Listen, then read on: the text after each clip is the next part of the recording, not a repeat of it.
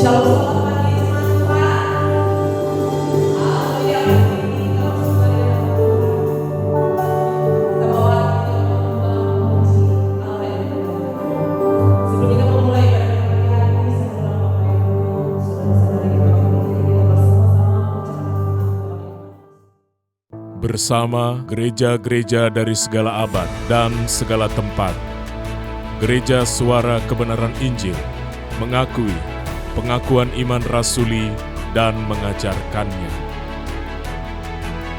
Aku percaya kepada Allah, Bapa yang Maha Kuasa, Khalik langit dan bumi, dan kepada Yesus Kristus, Anaknya yang tunggal, Tuhan kita, yang dikandung daripada Roh Kudus, lahir dari anak darah Maria, yang menderita sengsara di bawah pemerintahan Pontius Pilatus, disalibkan, mati dan dikuburkan, turun ke dalam kerajaan maut.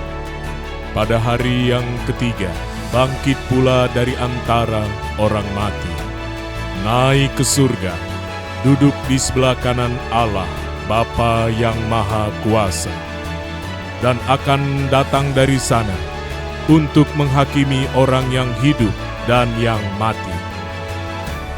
Aku percaya kepada Roh Kudus, gereja yang kudus dan am, persekutuan orang kudus, pengampunan dosa, kebangkitan orang mati dan hidup yang kekal. Amin. Kami datang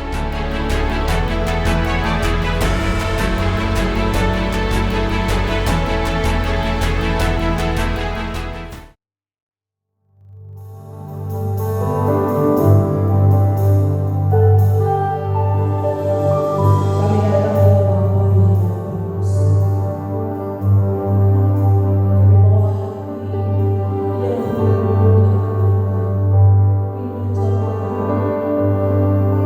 yang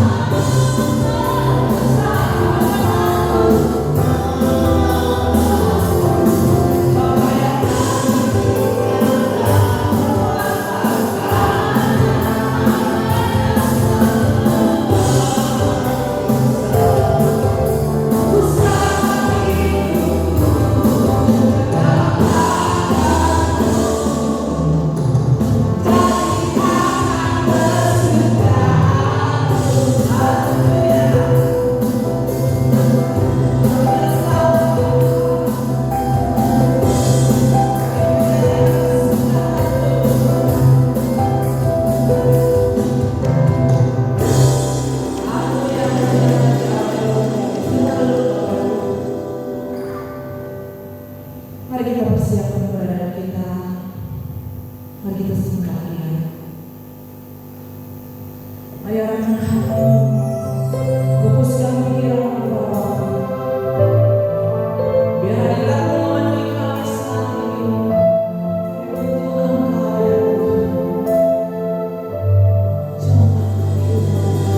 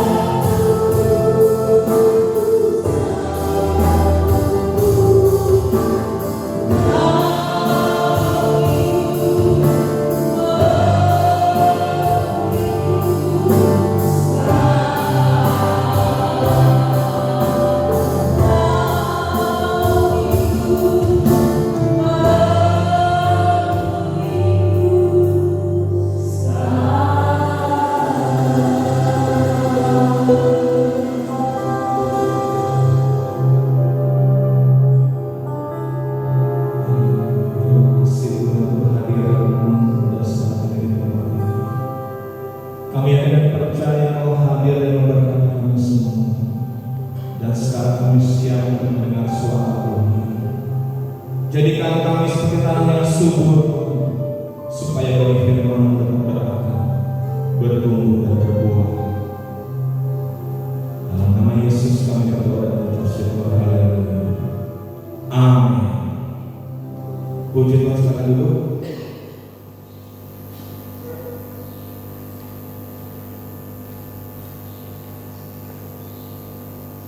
Haleluya. Shalom. Shalom. Masih bisa dilewati, saudara? Masih bisa? Masih bisa. Mari kita buka Alkitab kita di dalam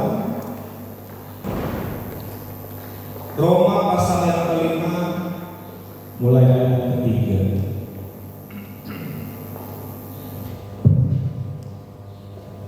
Roma pasal yang kelima, mulai ayat yang ketiga.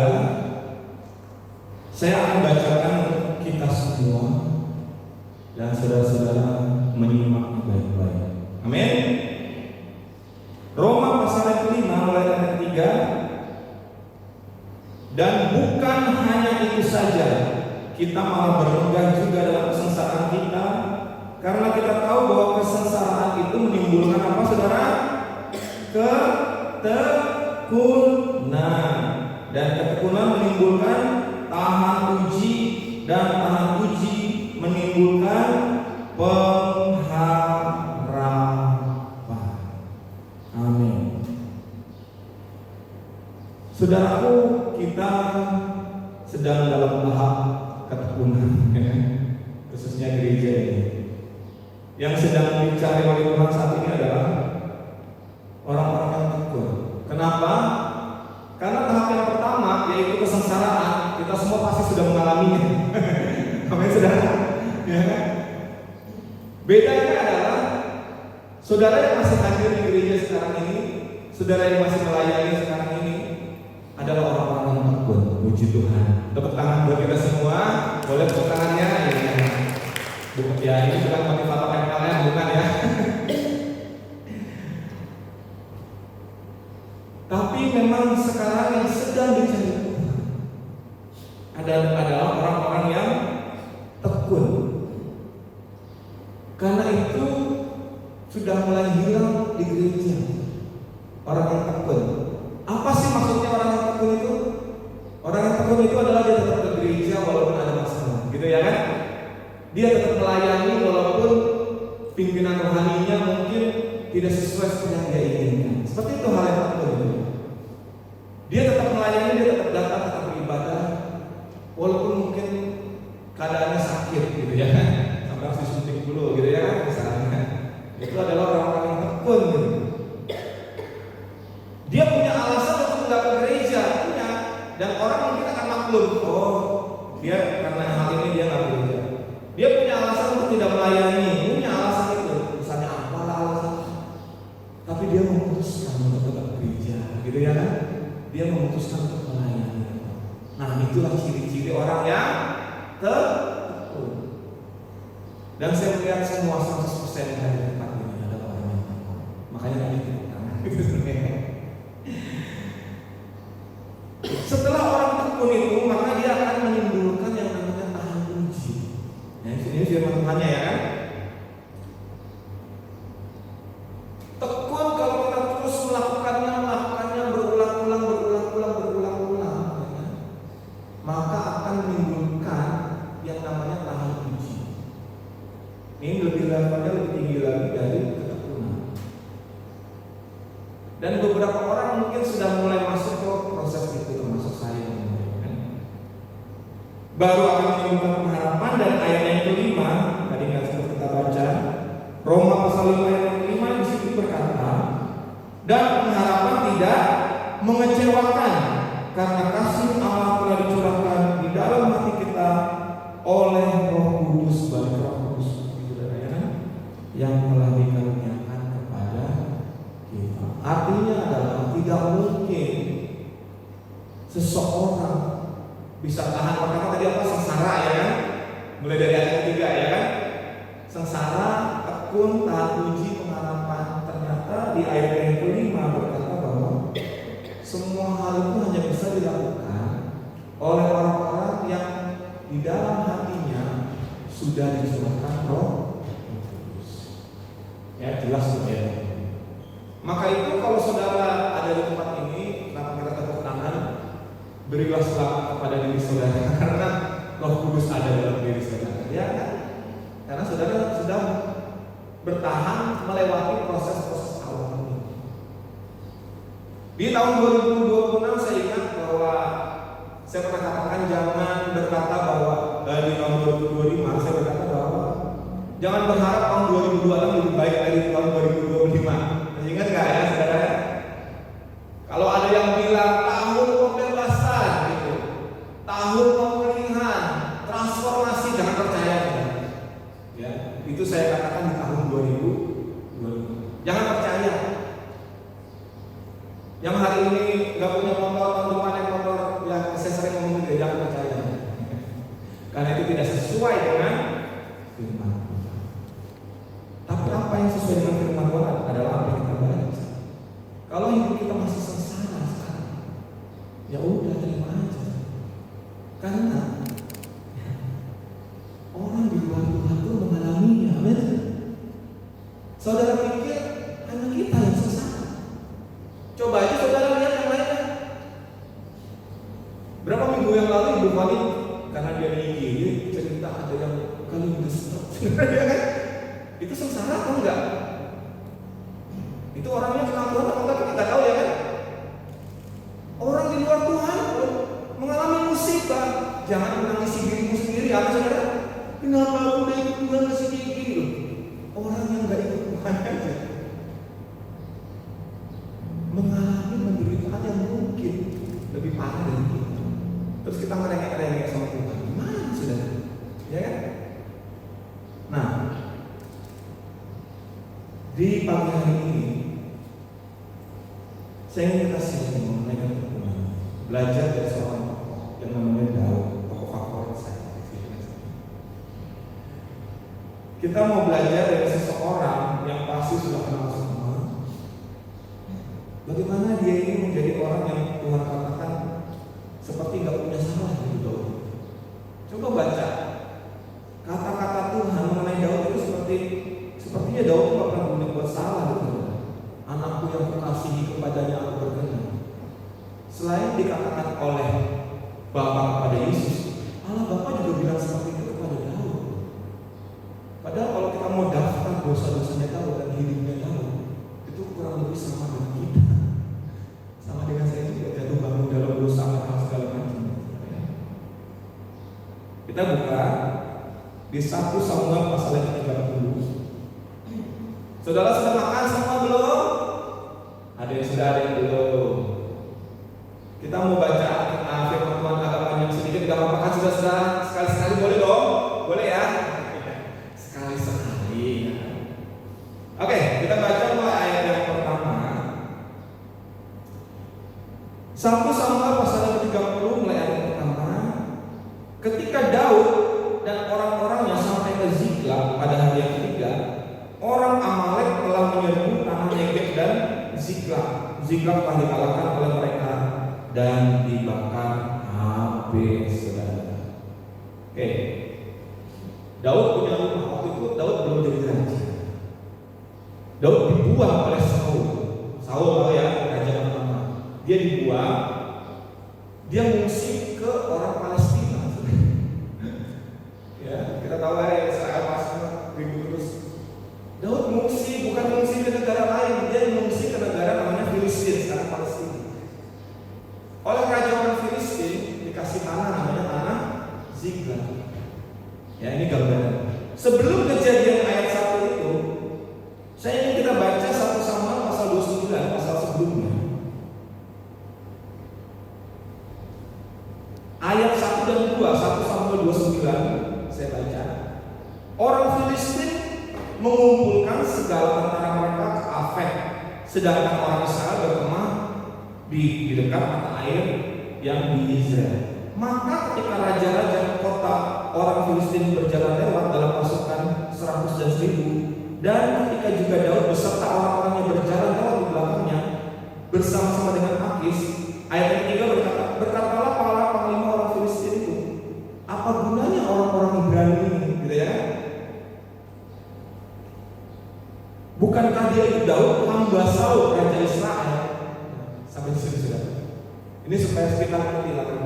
Jadi Filistin lagi perang sama Israel. Daud itu orang Israel, tapi dia dikirim ke Filistin. Bingung nggak saudara? Dan waktu Filistin mau perang sama Saul, raja orang Filistin lihat, loh, kok ada si Daud gitu? Dia ini kan orang Israel. Ini sejarahnya gitu ya. Karena Daud saat itu sedang mau dibunuh oleh Saul. Coba lihat Daud itu. Dimanapun dia ditempatkan, walaupun dia orang Israel, tapi dia dilindungi dan mengungsi ke daerah orang Filistin. Dia mau ke perang. Betapa taatnya Daud ini ya. Padahal ini yang mau dia ikut perang ini melawan saudaranya. Orang Filistin mau melawan keluarganya, tapi Daud tetap tunduk karena dia dilindungi oleh raja Filistin. Dari situ kita belajar ketaatan dan ketundukan. Di mana saudara bergereja untuk di sini? Tunduk saudara, karena gereja melindungi saudara. Gitu ya. Walaupun mungkin sepertinya ada keputusan-keputusan yang kita kurang paham, aku tunduk aja. Seperti Daud ini saudara. Bayangkan, dia mau berperang dengan kaumnya sendiri, tapi dia tetap tunduk. Nah, itu kisahnya saudara ya. Tetapi saudara, raja orang Filistin ini bilang, ya ini kisahnya aja saudara, kalau saudara baca selanjutnya, raja Filistin bilang, Daud tidak boleh berperang. Nanti takutnya dia balik, karena yang dilawannya adalah keluarganya. Ini kisahnya.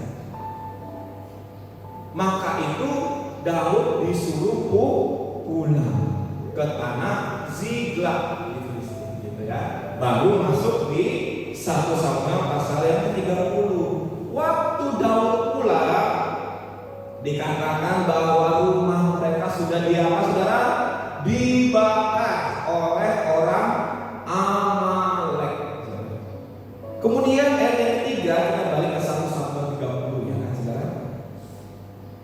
Ketika Daud dan orang-orangnya sampai ke kota itu, kota Ziklag, rumah mereka, tampaklah kota itu terbakar habis, dan istri mereka serta anak mereka yang laki-laki dan perempuan telah ditawan. Ayat keempat langsung aja. Lalu menangislah Daud dan rakyatnya bersama-sama dengan dia itu dengan nyaring sampai mereka tidak kuat lagi menangis. Oke. Kenapa mereka menangis? Karena rumahnya habis, hartanya habis, istri dan anak-anaknya ditawan. Bukan makan ditawan di kamar, bukan ya saudara ya, tapi diculik, dibawa kabur sama orang Amalek. Bayangkan saudara, Daud dan orang-orangnya, wah ini cowok semua, mau pergi berperang menunaikan tugas. Ternyata di rumahnya bakar, keluarganya diculik. Waktu sampai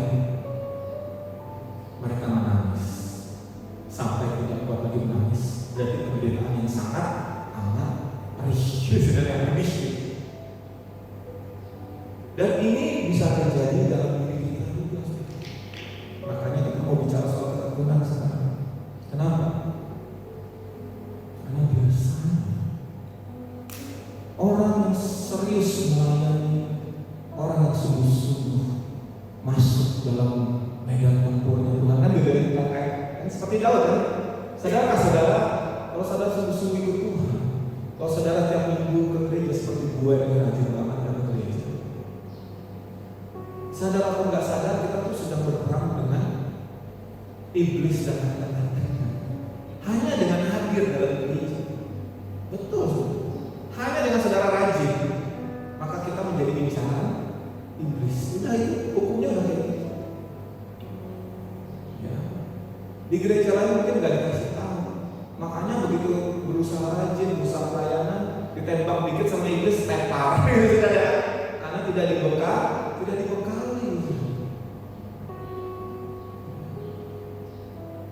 Jadi kita harus sadar lah. Kalau saudara rajin ke gereja, saudara apalagi saudara ikut pelayanan, saudara jadi sasaran tembaknya iblis. Mau atau tidak, makanya jangan heran. Saya nggak akan bicara di sini, tapi saya bicara pengalaman saya saudara ya. Pada awalnya saya heran. Pertama-tama saya mulai melayani sejak umur saya 17 tahun. Saya melihat gembala sidangnya melayani bukan berapi-api, tapi keluarganya hancur berantakan. Dan itu saya lihat berkali-kali, bukan cuma di satu tempat. Saya melihat orang-orang yang melayani, tapi begitu dia sampai ke rumah, rumahnya hancur berantakan. Iya, saudara. Saya melihat orang-orang yang sungguh-sungguh di dalam rumah, tetapi keadaan hidupnya menangis seperti Daud, bahkan tidak sanggup menangis lagi sampai habis air mata gitu ya. Padahal dia adalah orang yang sungguh-sungguh di dalam hidupnya. Bukan cuma satu dua.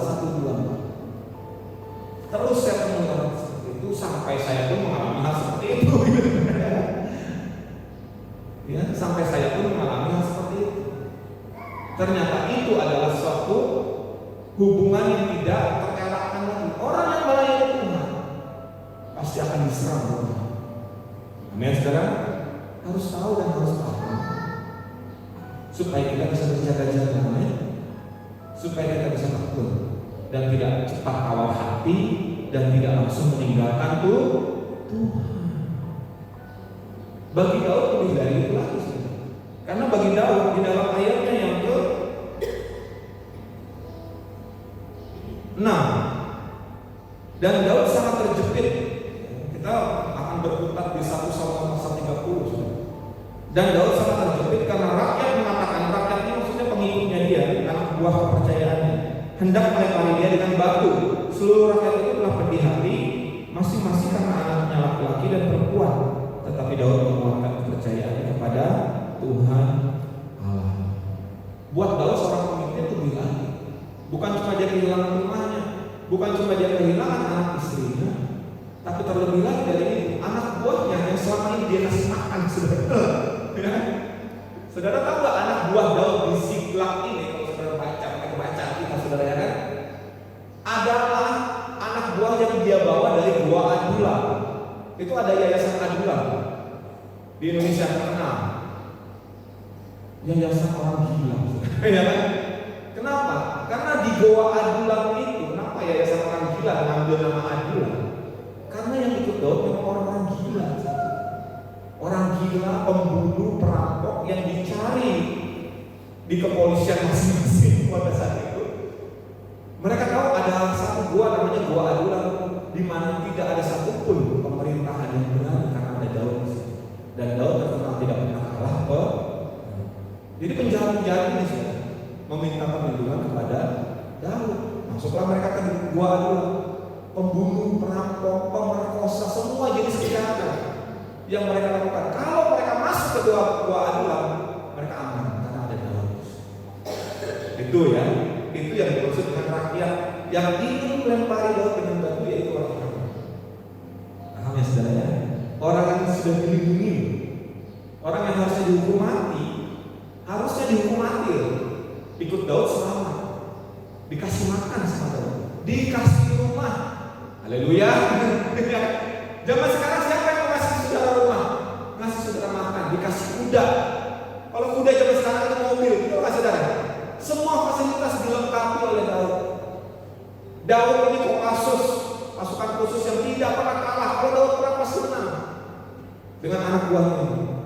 Tapi di saat ini, di 1 Samuel pasal 30 ayat yang ke-6, Alkitab mencatat bahwa orang-orang yang sudah diselamatkan Daud tersebut bukannya balas budi, tetapi pepatah berkata, air susu dibalas air.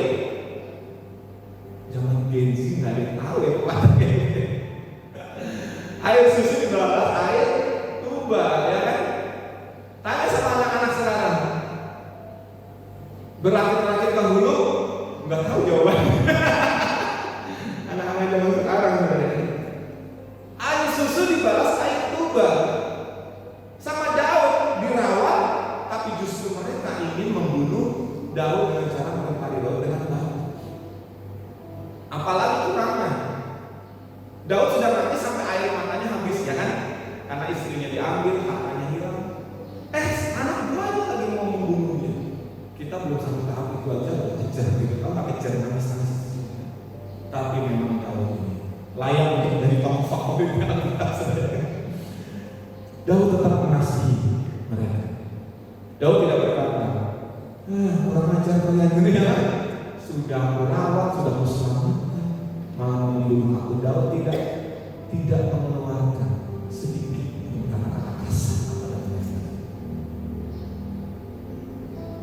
Tapi yang Daud lakukan adalah dia mengeluarkan hatinya kepada Tuhan dan dia bertanya kepada Tuhan. Kita lanjut ayatnya yang ke-6. Kemudian bertanyalah Daud kepada Tuhan, katanya, haruskah aku mengejar gerombolan itu? Akan dapatkah mereka kususul? Dan Tuhan berfirman kepada Daud, kejarlah, sebab sesungguhnya engkau akan dapat menyusul mereka dan melepaskan para orang hebat itu. Di saat dia terjepit, di saat dia kehilangan semuanya, di saat orang-orang terdekatnya ingin membunuh dia tetap menguatkan kepercayaan kepada Tuhan. Kalau saya jadi Daud, untung saya tidak jadi Daud, ya. Kalau saya jadi Daud, saya akan berdoa kepada Tuhan untuk minta api dari langit seperti Nabi Elia, ya, dan petir, gitu kan. Bakar Tuhan, gitu ya. Ini orang-orang nggak tahu diri, bakar, gitu ya. Kalau saya jadi Daud, saya bukan Daud. Petir Tuhan, sabar petir orang-orang ini. Kemudian setelah itu saya akan duduk merenung diri, ya kan, dan menyesali hidup saya. Gitu kalau saya jadi Daud. Nah, ngapain lagi? Coba saudara pikir, rumah hilang, harta benda hilang. Saudara masih punya rumah? Masih? Syukur. Masih punya baju, saudara? Masih punya sepatu. Daud pada saat ini udah hilang. Enggak ada, cuma hanya ada pakaian yang melekat dalam dirinya dengan pedang. Itu aja yang Daud punya saat itu. Kalau saya jadi Daud mungkin udah bunuh diri, gitu ya saudara ya. Capek gitu ya. Sudah. Masalahnya mereka pergi waktu itu bukan untuk bersenang-senang. Amin, saudara. Daud dan rakyatnya, ya, yang cowok-cowok ini pergi bukan untuk bersenang-senang, bukan untuk tamasya makan Anda, atau ke klub society, atau ke vino beramai-ramai. Kalau bersenang-senang seperti itu, begitu pulang dapat bencana, mungkin iya hukuman dari Tuhan, betul kan, saudara? Tapi yang Daud lakukan dan rakyatnya lakukan adalah pergi berperang, menunaikan tugas. Sama juga dengan kita. Kita pergi berperang dalam tanda kutip, yang bapak-bapak pergi bekerja setiap hari, amin. Ya? Yang ibu-ibu mengurus anaknya setiap hari, ya kan? Yang sekolah, kalian sekolah belajar sungguh-sungguh, amin. Ya. Ya kan, berusaha menyenangkan orang tua, mengerjakan pekerjaan rumah dan sebagainya. Kalian lakukan apa yang menjadi bagian masing-masing, betul? Dan kalian berusaha untuk seperti Daud yang lagi berperang. Kita lakukan bukan dosa, yang kita lakukan bukan dosa, tapi yang kita lakukan adalah kewajiban kita. Tapi di tengah-tengah kita melakukan kewajiban kita, ternyata rumah kita kebakaran. Angkat masalah. Ternyata apa yang terjadi dalam hidup kita? Kita dihianati orang yang sudah kita rawat. Itu sakitnya masih double-double, betul nggak, saudara? Kalau orang jahat sama kita, tapi kita nggak pernah ngurus orang itu, itu aja udah menimbulkan rasa sakit. Iya dong, kita difitnah sama orang yang kita nggak kenal, sakit nggak, saudara? Ya, sakit lah pasti. Walaupun orang itu kita nggak kenal, namanya kita difitnah, diomongin jelek, panas kuping kita, hati kita juga panas. Apalagi yang berbuat jahat kepada kita ini adalah orang yang kita kasih. Apalagi orang yang berbuat jahat ini adalah orang yang kita kasihi dan kita rawat, yang kita harapkan membalas kasih yang kita berikan dengan mengasihi kita juga. Betul atau betul? Ya? Tapi ternyata orang ini justru menyakiti hati kita. Itu pasti double-double, pasti. Tapi saya saya salut sama Daud. Tidak ada waktu untuk mengasihani diri sendiri. Amin. Detik itu juga waktu sangat penting pada saat itu bagi Daud. Detik itu juga dia mengambil baju ibadah dan dia bertanya kepada Tuhan. Wow, itu adalah yang harus kita lakukan walaupun berat. Jangan saudara pikir Daud ini Superman. Daud terkenal orangnya melo, saudara. Daud adalah orang yang melankolis. Tahu nggak melankolis? Daud punya DNA orang India. You know orang India? Mau makan nari, ya kan? Bener nggak orang India? Mau kamar mandi nyanyi dulu. Daud orangnya seperti itu. Coba saudara baca kisahnya Daud. Gitar selalu ada di sampingnya sejak dia kecil. Baca saudara. Daud itu dikit-dikit nyanyi. Makanya Mazmur itu adalah hampir sebagai besar Mazmur adalah nyanyian Daud. Dia suka menciptakan lagu. Ya, jadi orang India itu mungkin keturunan langsung dari Raja Daud ya. Karena dikit-dikit nyanyi. Jatuh cinta nyanyi, putus cinta nyanyi juga. Daud itu orang seperti itu. Tapi saat itu di 1 Samuel 1:30 Daud tahu ini bukan waktunya untuk jadi melo gitu. Daud tahu persis, singkirkan dulu gitarnya. Padahal dia pengen nyanyi gitu ya. Nyanyinya apa saudara? Waduh, banyak yang bisa dinyanyikan Daud. Betapa nasibku, begitu kan? Wajar nggak kalau Daud nyanyi itu saudara? Wajar. Kau yang mulai, gitu. Segala macam jenis lagu sakit hati Daud berhak untuk menyanyikannya saat itu. Tapi dia tidak lakukan. Yang dia lakukan, dia langsung ambil baju. Di dalam baju itu ada batu untuk menyatakan kehendak Tuhan. Dia langsung datang sama Tuhan di saat itu. Dan dia bertanya kepada Tuhan, bagaimana itu? Itu sebenarnya. Dan ini mau gak mau harus kita lakukan kalau kita ingin tetap bertekun di dalam Tuhan. Amin saudara. Dan saya pastikan saudara hadir di gereja ini adalah langkah yang tepat seperti yang Tuhan lakukan. Cari Tuhan. Apapun keadaanmu, Tuhan pasti tahu. Kamu sudah melayani, kamu sudah datang ke gereja. Orang lain hari Minggu sulit bangun. Tapi saudara bangun pagi-pagi mempersiapkan diri saudara untuk ibadah. Saudara pikir Tuhan tidak lihat? Tuhan lihat. Amin. Tuhan lihat. Sudah tepat saudara.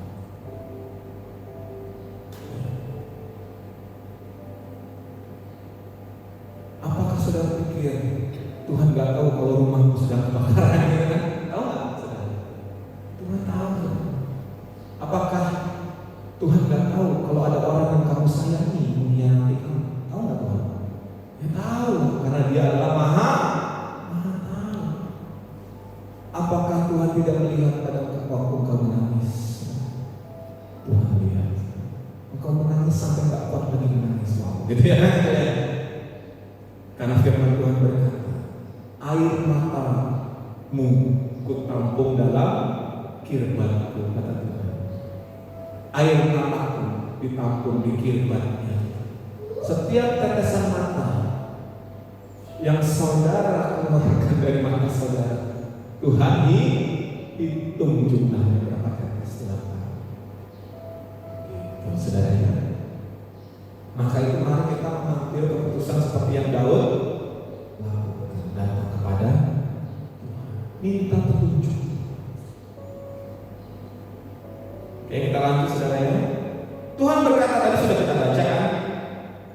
Ayat yang ke-8, kita baca ayat ke-9. Di ayat yang ke-8, Daud bertanya sama Tuhan, kejarlah Tuhan. Wah, hebat Daud kan? Padahal kalau dipikir-pikir udah jauh orangnya, udah kelihatan kejar kemana gitu. Tapi Daud dengan iman dia bertanya sama Tuhan, kejar atau enggak? Dan Tuhan kejar. Itu di ayat yang ke-8. Kejar. Lalu ayat ke-9 berkata, lalu pergilah Daud beserta 600 orang yang bersama-sama dengan dia, dan sampailah mereka ke Sungai Besor. Sementara orang-orang yang mau tinggal di belakang berhenti bersama. Gak pakai lama, gak ada alasan, tidak ada waktu untuk mengasihani diri sendiri. Oke? Tidak ada waktu untuk mengambil gitar, ambil gitar dan mulai apa itu lagunya ya? Dan mulai nyanyi gak jelas itu, gak ada waktu. Tapi Daud pada saat itu juga waktu Tuhan bilang kejarlah, mereka capek. Daud ini baru balik dari garis depan pertempuran Filistin dengan bangsa Israel, ya kan? Mereka baru, saya aja saya kerja di akunting, melihat angka sampai mata saya ini muter, cuman kerja 8 jam sehari. Saya harus kalau sampai rumah tuh saya harus duduk dulu di kursi kebesaran saya. Oleh pernah rumah saya tahu yang kursi coklat itu ya, saya harus duduk dulu di situ minimal 10 menit, harus makan untuk ngilangin angka-angka itu. Betul, harus hilang dulu angka-angka itu baru saya bisa beraktivitas lagi. Padahal kerjanya cuma duduk doang gitu sudah ya. Capek. Tapi bagaimana dengan Daud yang bawa peralatan perang, sudah siap-siap mau perang, disuruh pulang sudah. Itu waktunya berhari-hari untuk dia jalan sekarang nggak ada mobil jalan dulu. Dengan perlengkapan yang berat, dengan mental yang hancur dia sudah siap mau perang, disuruh pulang, hancur mentalnya kan. Jadi udah capek fisik, capek mental. Begitu sampai rumahnya hangus terbakar. Tapi di tengah kecapeannya, waktu Tuhan bilang suruh kejar, Daud saat itu juga tanpa minum, saya pastikan, gak ada minum Daud, langsung berangkat. Sampai akhirnya mereka lihat sungai, mereka minum di sungai. Dan firman Tuhan berkata, ayat 10, maka Daud melanjutkan pengejaran itu beserta 400 orang. 200 orang terlalu apa saudara? Ada nggak ada yang depan? Nah, 200 orang terlalu lelah. Memang lelah saudara. Dari 600 itu 200 sanggup, 400 melanjutkan. Sampai mereka cuma minum nggak makan. Sampai lagi ketemu di ayat 11. Mereka menemui seorang Mesir di padang lalu membawa kepada Daud. Mereka memberi dia roti, lalu makanlah dia. Kemudian mereka memberi dia minum air. Mereka jalannya ini bukan di padang runtutan, tapi padang gurun yang mereka kejar. Ya, di situ mereka bertanya arah. Bayangkan mereka nggak tahu kemana kejar, tapi ya kejar aja sampai ketemu orang Mesir. Dan orang Mesir ini ya, rombongan orang-orang yang mencuri itu. Dan kemudian ditunjukkanlah jalan. Ayat yang ke-15. Daud bertanya kepadanya ayat 15. Dapatkah kau menunjuk jalan kepadaku? Kegerombolan itu bayangkan saudara. Kenapa Daud jadi tokoh favorit saya dari hal-hal kayak gini? Daud, Tuhan suruh kejar, tapi Tuhan nggak kasih tahu artinya. Nah ini coba baca. Daud sampai harus bertanya dengan orang yang lewat. Ayat 15. Dapatkah kau menunjuk jalan kepadaku? Yang penting gerak dulu. Maksudnya? Karena ada orang-orang termasuk saya. Karena saya ini sekolah teologi dan akal harus dipakai kan gitu. Kalau nggak jelas jalannya kita mau kemana gitu loh istilahnya. Saya dilatih untuk itu gitu dalam pelayanan. Dalam pelayanan saya kan di gereja pertama saya di Jakarta. Tiap awal tahun rapat. Departemen ujian penyembahan rapat. Departemen anak rapat. Departemen pemuda rapat. Departemen wanita rapat. Dan di awal bulan biasanya retret ke puncak dan suasananya aman dan pemandangan gitu kan. Jadi masing-masing departemen tiap awal tahun udah pasti, setiap tanggal 1 kan tanggal merah itu pasti kami repot. Ya, jadi satu-satu mulai ujian perubahan. Tahun ini anggarannya berapa, mau beli apa, itu sudah disusun dari awal tahun, saudara. Hebat kan ya? Programnya apa? Mau ada pelatihan kan? Mau undang artis kan? Gitu. Dari departemen anak, mau nambah jumlah guru sekolah minggu atau enggak? Wah, sampai Natal anak kapan itu sudah ditentukan dari tanggal 1 Januari. Natal anaknya kapan? Mau undang artis atau enggak? Wanita sama juga gitu. Oh, sebelumnya ada laporan pertanggungjawaban itu di tanggal 1, makanya padat acaranya itu. Laporan pertanggungjawaban di tahun sebelumnya. Iya, saudara. Tahun sebelumnya menganggarkan sekian juta, habis atau enggak? Gitu, saudara. Waduh, luar biasa deh. Dan semua hampir seluruh gereja Bethel Indonesia GBI yang saya kenal di sana kan melakukan hal itu. Jadi kalau awal tahun itu penuh, puncak itu sudah ada tempat penuh dengan orang-orang GBI itu. Begitu, dan saya dilakukan bertahun-tahun ya. Makanya saya pernah khotbah tentang gereja yang berubah. Gereja sekarang sudah berubah. Hal-hal yang harusnya kita spontan seperti Daud malah kita atur, gitu ya kan? Hal-hal yang harusnya kita atur malah spontan. Ini gitu sebenarnya. Tapi saya belajar dari Daud. Kadang-kala saya tidak mau melangkah. Mungkin saudara juga tidak mau melangkah di dalam rumah. Karena nggak jelas tujuannya kemana. Tuhan.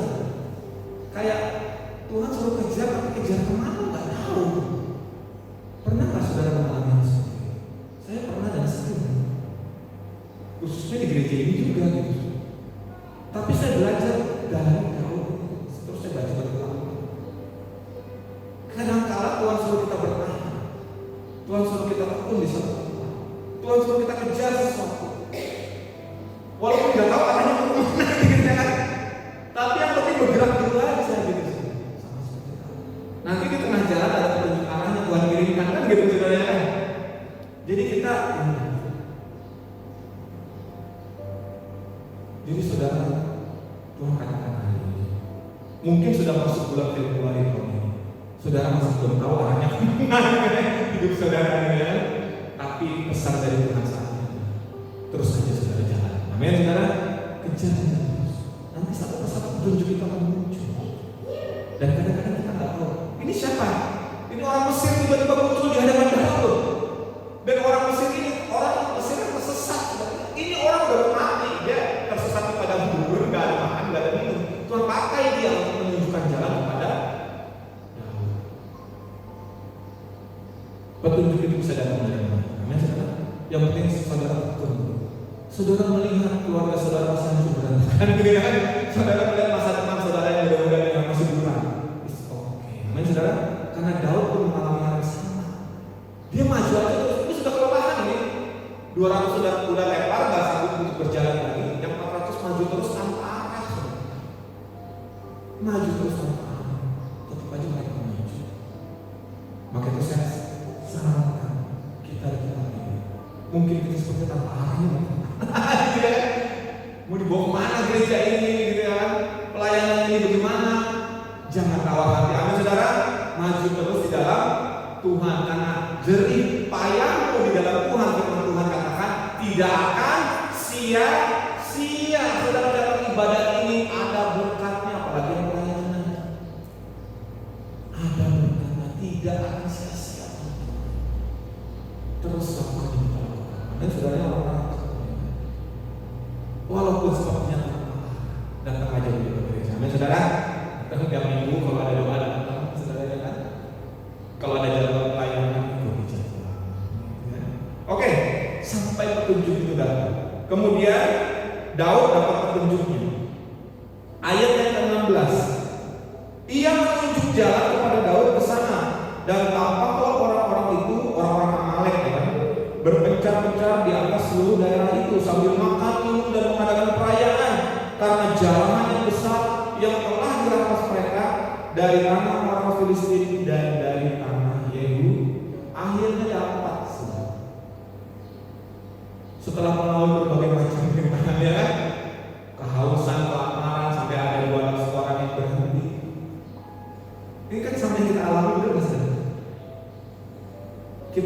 termasuk 400 orang yang maju terus. Amin, saudara. Karena sudah berkali-kali orang datang pelayanan terus kita nggak lihat lagi. Nah, itulah orang 200 yang udah nggak kuat lagi, tapi kita masih terus maju, puji Tuhan. Amin, saudara. Ya. Kita nggak tahu arah kemana, tapi kita terus maju. Seperti dalam akhirnya ketemu juga orang yang mencuri dan yang menculik istri dan anak-anaknya, ketemu juga. Wah, gitu ya, saudara. Karena Tuhan tidak mungkin meninggalkan kita sendirian. Amin. Pasti ketemu. Pasti ketemu. Tuhan pasti kasih petunjuk. Amin, saudara. Dalam hidup jangan pernah kau berkata di dalam Tuhan ya. Jangan pernah kita berkata hidupku gak tahu mau kemana. Sampai akhirnya pun aku mungkin gak tahu mau kemana. Karena pada satu titik kita akan menemukan tujuan hidup kita. Amin, saudara. Pada satu titik kita akan ketemu ini. Ini dia yang selama ini aku kejar. Ya. Tetapi pada waktu kita ketemu, ini bagi orang-orang yang sudah ketemu dan bagi saudara yang nanti pasti ketemu, amin, saudara. Saya pastikan, kalau saudara terus rajin ibadah, saudara rajin ibadah, saya pastikan di dalam nama Tuhan suatu saat saudara akan menemukan tujuan hidup saudara. Karena Tuhan tidak akan membiarkan saudara sendiri. Tidak mungkin. Bagi orang-orang yang rajin dan tekun, pasti Tuhan kasih petunjuk. Amin, saudara. Tapi kalau sudah ketemu, apakah akan lebih mudah? Kita baca, saudara.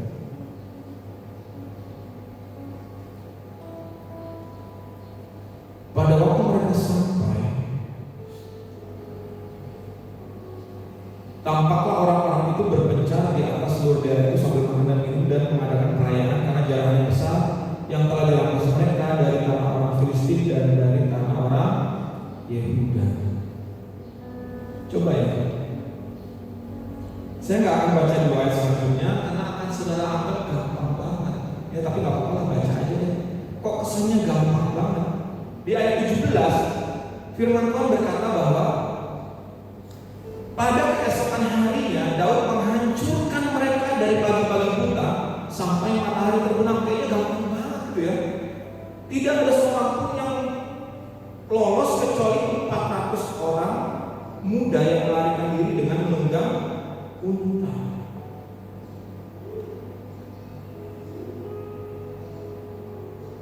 Oke. Kalau kita baca di sini, waktu Daud menemukan rombongan yang membakar dan menculik keluarga, pagi-pagi mereka tidak ada istirahat. Begitu mereka lihat, mereka langsung turun dan berperang. Coba saudara baca, perhatikan. Tidak ada yang lolos di dalam ayat 17, ya kan? Kecuali 400 orang muda yang melarikan diri dengan menunggang unta. Coba saudara ingat jumlah orang yang terus mengejar itu ada berapa orang, saudara? Ingat gak, saudara? Berapa orang? 400, betul gak? Tadinya 600, yang 200 sudah keluar, tinggal 400. Kok bisa 400 orang dalam keadaan capek menyerang satu bangsa yang namanya bangsa Amalek, sampai tidak ada satu pun yang tersisa, yang melarikan diri 400 orang pakai onta. Daud ini jalan kaki sebenarnya. Kalau dalam peperangan yang normal, 400 orang yang pakai onta ini bisa menang nggak lawan 400 orang yang jalan kaki? Harusnya bisa menang. Betul nggak? Menang. Dia pakai unta loh. Tinggal sabet-sabet aja dari atas sambil lari kencang untanya. Unta tuh larinya kencang, saudara. Ya. Tetapi banyak yang lari 400 orang. Kok lari? Ini orang rumah pakai senjata lengkap, ngelawan 400 orang jalan kaki, kok lari gitu? Lari sudah. Dan yang dibunuh oleh Daud tidak terhitung jumlahnya. Artinya apa? Sebenarnya waktu Daud menemukan orang Amalek ini, waktu dia lihat itu jumlahnya jauh lebih banyak dari mereka. Daud cuma 400 orang, tapi bangsa Amalek, saya yakin juga jumlahnya ribuan. Tapi Daud tanpa takut sedikit pun, tak ada rasa takut sama sekali. Bayangkan juga, hanya 400 orang bersenjata pedang, jalan kaki, dan sudah berhari-hari jalan, saudara. Sedangkan orang-orang Amalek ini mereka makan minum kenyang, ya kan saudara? Dalam kondisi fit, peralatan lengkap, ada unta. Hanya dengan 400 orang. Saudara bayangkan aja. Ayat 17 berkata, Daud menghancurkan mereka dari pagi-pagi buta sampai matahari terbenam. Berapa jam itu saudara? Pagi-pagi buta sekitar jam 4 pagi, betul saudara? Karena kalau pagi buta tuh masih gelap, makanya dibilang buta ya, karena gelap. Matahari terbenam gelap nggak saudara? Sampai gelap lagi, bayangkan dari matahari belum terbit sampai matahari terbenam gelap. Jadi dari jam 4 pagi kita ambil ya, sampai jam 6 sore. Berapa jam itu saudara? Saya udah mau ngomong. Jangan ngomong angka di jam libur saudara. Berapa jam? 14 jam. Daud membantai orang 14 jam. Berapa banyak? Wow, saudara. Dan gak ada capeknya mereka. Berperang selama 14 jam, membantai orang Amalek sampai kabur berapa besar. Artinya apa saudara? Waktu saudara ketemu tempat tujuan saudara, jumlahnya itu lebih besar. Yang harus saudara lakukan, pasti jumlahnya jauh lebih besar. Dan secara pikiran manusia, saudara akan berkata tidak mungkin aku melakukan. Tapi Daud luar biasa. Dia lihat orang Amalek begitu banyak, gak ada rasa takutnya sama sekali. Dibantai dari pagi sampai sore, gak masuk akal. Tidak masuk. Sama juga dengan kita. Saya waktu tahu tempat tujuan yang Tuhan sudah tempatkan bagi saya, rasanya gak mungkin.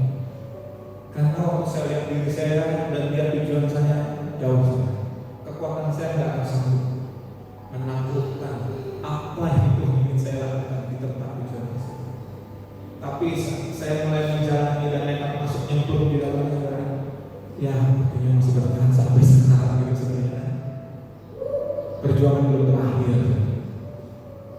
Sama juga dengan saudara, baik saudara sebagai jemaat, baik kita sebagai satu gereja di Tuhan. Apa yang harus kita taklukkan jauh lebih besar dari kekuatan kita bersama. Apalagi kalau kita mengandalkan kekuatan kita sendiri, amin saudara. Kalau kita hanya mengandalkan kekuatan kita sebagai manusia, saya pastikan tidak akan sama. Daud itu dengan orang-orangnya, kalau tidak disertai Tuhan, pasti mereka yang mati.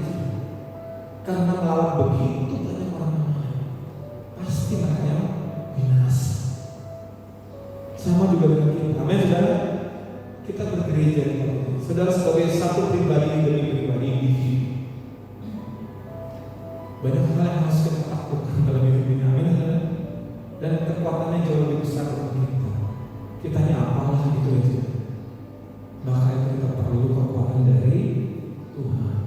Makanya di awal tadi kita kekuatan itu tidak akan mungkin didapat seseorang kalau dia tidak punya Roh Kudus. Sebagai ayat yang terakhir, ayat yang ke-18 dan 19, Daud melepaskan semua apa yang dirampas oleh orang Amalek itu. Juga kedua istrinya dapat dilepaskan Daud.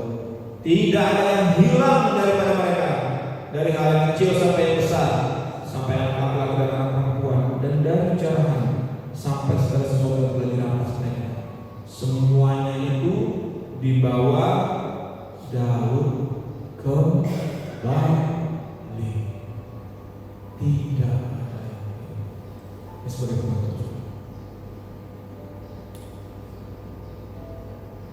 Saya khotbah bukan khotbah renungan, di doa malam hari Rabu beberapa minggu yang lalu tentang kejadian pasal yang pertama. Waktu Tuhan menciptakan manusia, Tuhan ciptakan. Baiklah kita menciptakan manusia menurut gambar dan rupa kita. Amin saudara. Ingat kata saya itu saudara. Renungan itu ya. Saudara itu yang diambil oleh iblis. Kalau Daud yang ditawan keluarganya dan hartanya, betul kan? Kalau kita sekarang sebagai penutup, apa yang diambil oleh iblis? Yang diambil oleh iblis adalah gambar dan rupa saudara yang sama seperti Tuhan. Waktu Tuhan menciptakan saudara, waktu Tuhan menciptakan Waldo, menciptakan David, kamu nggak? Nafas Tuhan ada dalam diri kamu. Itu pertama kali Tuhan ciptakan. Karakter Tuhan ada dalam diri kita, sifat-sifat Tuhan ada dalam diri kita. Tapi pada waktu manusia jatuh ke dalam dosa, maka itu ditawar oleh iblis. Namanya diambil. Rumah Tuhan di dalam diri kita. Ingat 1 Korintus 3 ayat 16 kalau saya dibaca. Tidak tahukah kamu bahwa tubuhmu adalah bait Roh Kudus, tapi itu sudah dibakar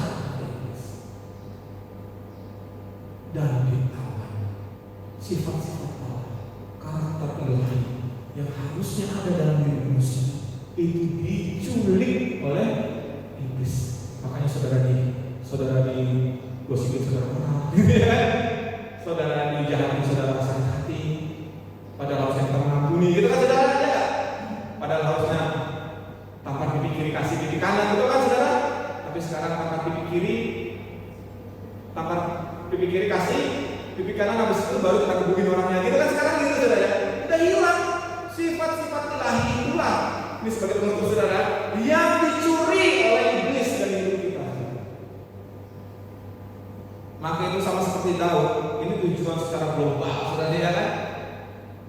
Kalau firman Tuhan dalam 1 Samuel pasal yang ke-20 ini berkata, pasal ayat 19 berkata, tidak ada yang hilang. Daud mengembalikan semua. Tidak ada yang hilang. Semua dibawa Daud. Inilah tujuan kita bergereja, saudara. Saudara ngapain capek-capek bangun pagi, pelayanan, ngapain saudara pakai baju bagus, duduk diam di sini, dengerin saya ngoceh kayak gini saudara? Ngapain? Buat apa kalau tidak ada hasil? Apa yang kita lakukan sekarang ini adalah dalam rangka kita untuk mengambil kembali apa yang menjadi hak kita, amin. Dan apa itu hak kita? Hak kita adalah serupa dan segambar dengan. Dan kesalahan orang yang masuk gereja menganggap hal tersebut terjadi dalam satu hari. Makanya saya nggak percaya lagi namanya KKR. Maju ke depan sini, tumpang tangan, tumpang kaki, tumpang dinding, gitu ya. Masalahmu akan selesai dalam satu hari, dalam sekali doamu. Tuhan tidak berbicara seperti itu sekarang. Dan Tuhan tidak bekerja seperti ini. Pada waktu Daud mengalami hal ini, bisa nggak Tuhan langsung sambut petir orang lain dan dikembalikan sehari itu juga bisa? Tuhan tidak lakukan itu. Amin saudara. Disuruhnya Daud kejar-kejar. Sama juga dengan kita. Amin saudara. Terus melayani. Pasti nanti perlahan-lahan sifatnya Tuhan akan kembali. Itulah yang dimaksud dengan sempurna seperti Bapa, serupa dengan Yesus. Sebuah proses. Kalau saat ini yang sedang diproses adalah ketidaksabaranmu, ya terima nasib, amin saudara. Karena pada waktu kita minta supaya kita menjadi orang yang sabar, maka Tuhan akan kirim orang atau suatu kejadian yang membuat kita tidak sabar. Kalau kita meminta kepada Tuhan, Tuhan ajarkan aku untuk mengasihi orang lain, kan gitu kan? Kan doanya kan? Maka Tuhan akan izinkan seseorang menyakiti hatimu begitu dalam, gitu ya kan saudara? Supaya pada waktu kau masih bisa mengasihi dia, engkau tahu itu bukan hasil karyamu sendiri, amin. Engkau tahu bahwa kau mengasihi orang tersebut karena kasih Tuhan yang ada dalam diri. Dalam los dari satu, nanti ada lagi yang lain dalam hal keuangan mungkin, ya kan? Dalam hal keuangan Tuhan berkata, ikatlah mamon itu uang, ikatlah perjanjian dengan mamon. Apa maksudnya? Artinya adalah kita harus cari uang sebanyak-banyaknya, tapi kita tidak boleh terikat dengan uang itu, amin saudara. Susah nggak saudara? Susah. Mungkin bagi kita yang uangnya sedikit itu nggak masalah saudara ya kan. Tapi kalau saudara diberkati oleh Tuhan, ini pengalaman nyata saudara yang sedikit aja lah ya, ini sudah menurut pada kan. Teman saya saudara, waktu gajinya 10 juta, dia kasih keperluan berapa? 1 juta santai. Begitu tiba-tiba diberkati, dia jualan mobil saudara, showroom mobil, diberkati Tuhan luar biasa, dia dipercaya menjual beli mobil mewah seperti Lamborghini dan Ferrari. Teman saya kurang sehari keuntungannya, wow, sampai dia dapat pemasukan net bersih 2M sebulan. Berapa perbulannya saudara? 200 juta. Mulai dibentar tangan saudara ya, mau ngasih gereja nih 200 juta nih saudara ya. Mulai gemetar tangannya saudara. Itu ujung buat dia. Tuhan kasih duit banyak, tapi Tuhan katakan ikatlah perjanjian. Maksudnya perjanjian adalah mamon kita pakai untuk pelayanan, tapi kita tidak boleh hati kita melangkah di mamon itu. Itu daya. Saya nggak tahu saudara sedang dalam proses apa, kan yang tahu saudara sendiri, ya kan? Tapi masing-masing orang ada prosesnya masing-masing. Ada prosesnya masing-masing. Jadi kita tahu sekarang, ya, sengsaraan menimbulkan ketekunan, jawaban ketekunan menimbulkan tahan uji, tahan uji menimbulkan pengharapan. Ya, pengharapan itu udah masuk ke langit baru dan bumi baru gitu kan. Dan pengharapan tidak mengecewakan karena Roh Kudus yang ada dalam diri kita. Penutupan saya khotbah beberapa minggu yang lalu adalah dosa menghujat Roh Kudus. Saya janji akan menjelaskannya. Penjelasannya hanya dalam satu kalimat. Kalau saudara masih memgereja, saudara masih berpelayanan, maka saya pastikan saudara tidak menghujat Roh Kudus. Apa itu dosa menghujat Roh Kudus? Gampang aja. Dosa menghujat Roh Kudus adalah pada waktu saudara sudah tidak mau ke gereja lagi, saudara tidak mau pelayanan lagi, saudara tidak menganggap Yesus sebagai Tuhan, kemudian saudara mati. Nah, itulah saudara sedang menghujat Roh Kudus. Tapi kalau saudara yang masih mau ke gereja nih, puji Tuhan, ya kan? Apalagi saudara yang masih mau pelayanan. Oke, apapun yang saudara berarti saudara tidak menghujat Kudus. Gampang aja ngomongnya sebenarnya. Maka itu jangan tinggalkan Tuhan, amin. Jangan tinggalkan Tuhan. Tetap ibadah, tetap kejar seperti Daud. Kemana mengejarnya Pak? Saya juga nggak tahu kemana sih. Sama seperti Daud ini, kejar kemana nggak tahu juga saya. Saya juga rasa-rasa, padahal rasanya udah merencanakan dari tahun 2025 itu udah merencanakan. Oh gini, pelayanan gini, oh kita kerja sama-sama Rehoboam apa segala macamnya kan. Ternyata menghancurkan semua itu ya kan. Ya udah balik lagi kayak Daud gitu kan, melawan buana di padang gurun sampai ketemu orang Mesir nanti ya kan, yang akan menunjukkan jalannya kepada kita ke arah mana ke arah situ. Udah kita hidup aja. Mungkin gereja ini caranya harus seperti itu. Amin saudara. Dalam hidup saya juga mungkin memang saat ini di tahun 2022 mungkin caranya seperti itu. Ya udah kita terima aja. Yang penting kita berikan yang terbaik bagi Tuhan sebisa kita. Nah saudara dapat terus ibadah yang pelayanan kita terus baik. Amin buat firman Tuhan. Mari kita naikkan pujian kita untuk menyambut firman ini saudara. Kita mau naikkan pujian yang refnya kamu itu awalnya gimana juga kalau kita